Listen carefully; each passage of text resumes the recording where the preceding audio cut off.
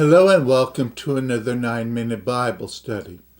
Our starting point, Acts chapter 10, and let's look at verse 15 and 16. And the voice spake unto him again the second time, What God hath cleansed, that call not you common. This was done thrice or 3 times, and the vessel was received up into heaven again. So what do we see here?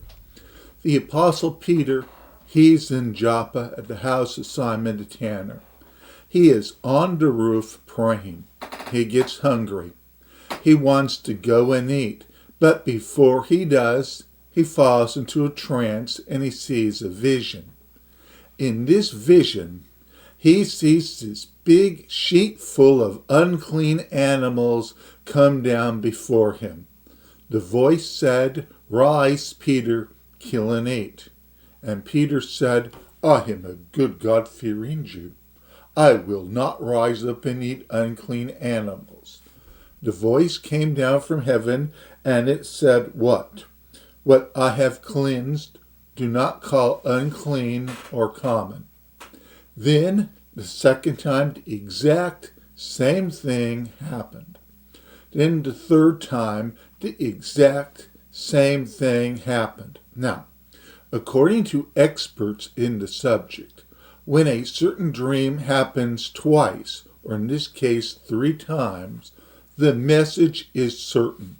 It will not change. Who is that expert?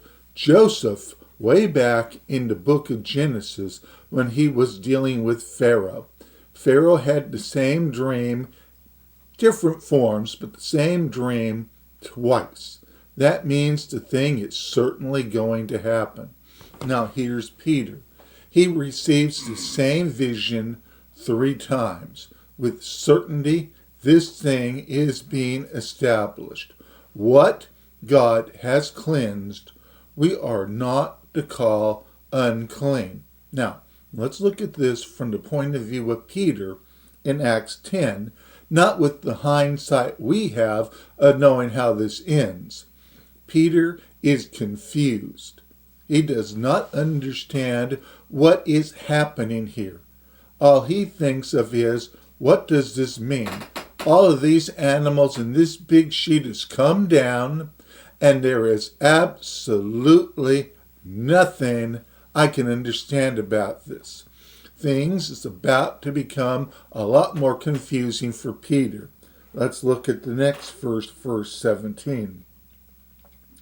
Now while Peter doubted in himself what this vision which he had seen should mean, behold, the men which were sent from Cornelius had made inquiry for Simon's house and stood before the gate. Now, as we said in an earlier lesson, if the door knock would have happened before the vision, Peter's answer would have been, no, I'm not going.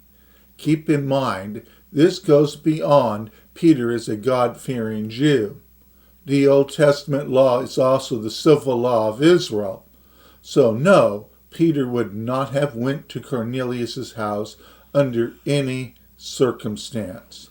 Now we have something happening that's going to change the situation. Verse 18. And called and asked whether Simon, which was surnamed Peter, was lodged there. Verse 19. While Peter thought on the vision, the Spirit said unto him, Behold, 3 men seek thee. Arise therefore, and get thee down, and go with them, doubting nothing, for I have sent them. In short, Simon Peter is still on the roof thinking about what he just saw.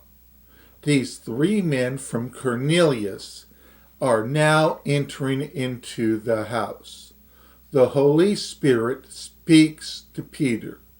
Go with them without asking any questions. Why does Peter go with these men? It isn't because of the vision. It's because the Holy Spirit has directed Peter to go. Now Peter's going is based on an obedience issue.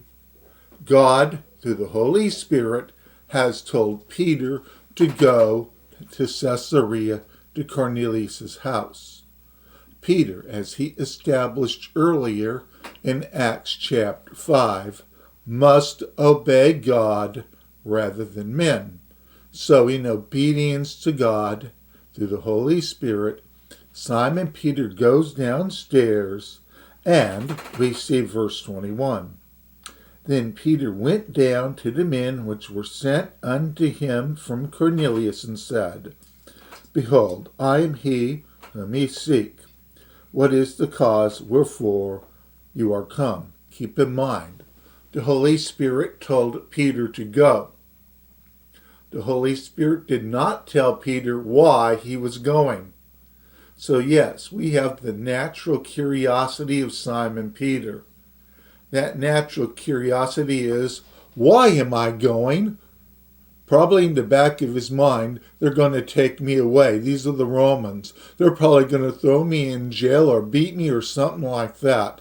Hey, these things do cross the natural mind.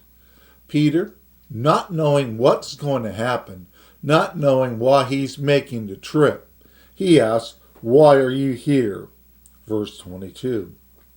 And they said, Cornelius the centurion, a just man, and one that fears God, and of good report among all the nations of the Jews. Let's hold there for a second.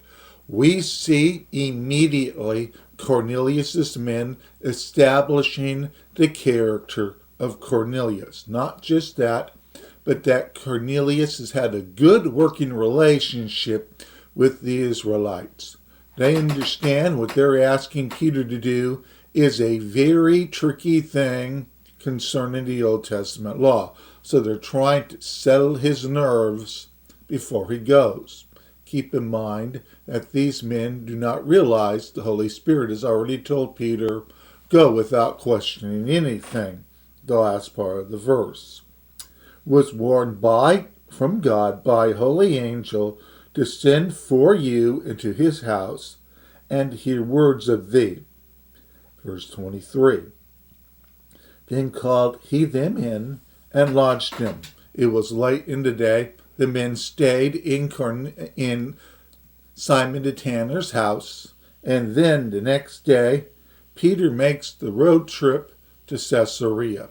Now, according to what we're going to see, on this entire trip, Simon Peter, what is he thinking about?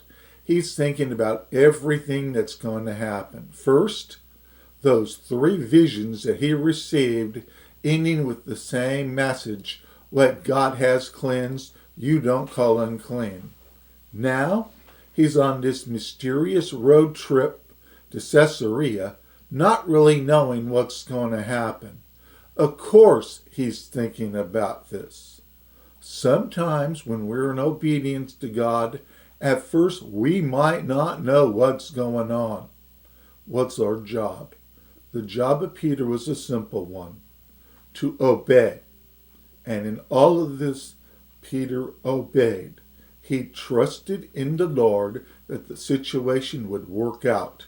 That's what we're to do in the same type of situation. If we don't know what's going on, but we know the voice of the Lord, follow the voice of the Lord. And we'll pick up with this in our next lesson.